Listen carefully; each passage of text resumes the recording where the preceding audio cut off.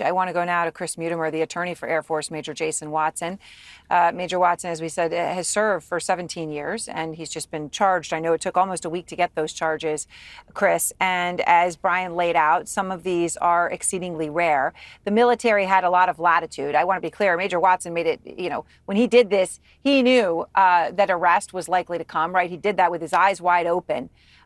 But here we are, and these are rare charges. As I said, a lot of latitude. They chose to really put the full book against him. Years behind bars is now a possibility. What's your reaction to the charges now you've seen them? I mean, as Brian stated, this is a very rare charge. It's pretty unprecedented. Major Watson is the first major in the history of the military to be charged under Article 88. He is looking at two different charges under Article 88, multiple charges under Article 92 and 133. As he's well aware, he is looking at possibly years in jail, being discharged from the military, loss of pay, loss of benefits. I believe he's made it pretty clear, not through my words, but words on your show, that he's aware about what he's facing and the magnitude of what this could be.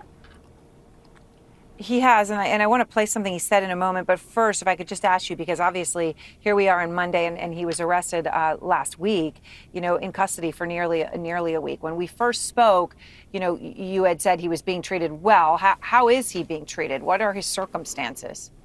So I was with him today. I spoke with him today. He's in very good spirits, I will say. It's hard. I mean, he is basically in solitary confinement for his safety in a lot of ways. He does not have access to any religious materials. He's a religious person. He wants stuff to read. He's not provided any books. He hasn't had, other than one time, the ability to exercise or to go out into the yard. So he is being, his detainment, I would say, is pretty painful in a lot of ways. If you've ever been in a situation where you're in a room with four walls and they're about several feet away from you, and that's all you're seeing for 24 hours a day, even if you haven't been in that situation, you can imagine that would put a lot of stress on your soul and your mind. And for what he's going through and where he's at, he's doing amazing. Well, obviously the kind of graphic imagery that you're giving there is painful. I mean, he's 40 years old. Mm-hmm. He's the father of two young children, right? And as you said, he did talk to me about the thought process he went through and why he was willing to risk everything. He said the whole point was that so that other people wouldn't have to in the military, right? It wasn't to follow him. It was so that he could make the point. And I just want to play a little bit, Chris, of what he said about his motivation, right? As he thought through it, why he chose to do it. Everything that is worthwhile is going to cost something. It's going to be hard. It's going to require sacrifice. All that I could do was ask myself, what's the highest price that I'm willing to pay? But any American can make this choice. Any American can say, this government is intolerable, and I want a better future for my children.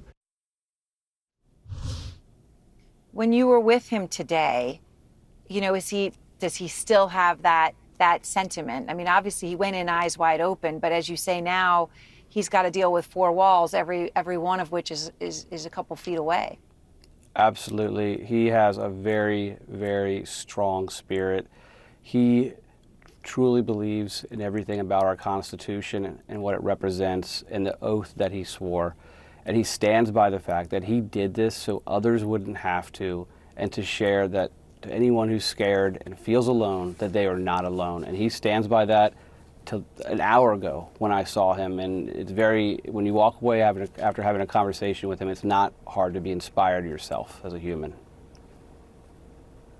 Well, Chris, I appreciate your speaking to us and his obviously, allowing you to do so. So thank you very much. Thank you.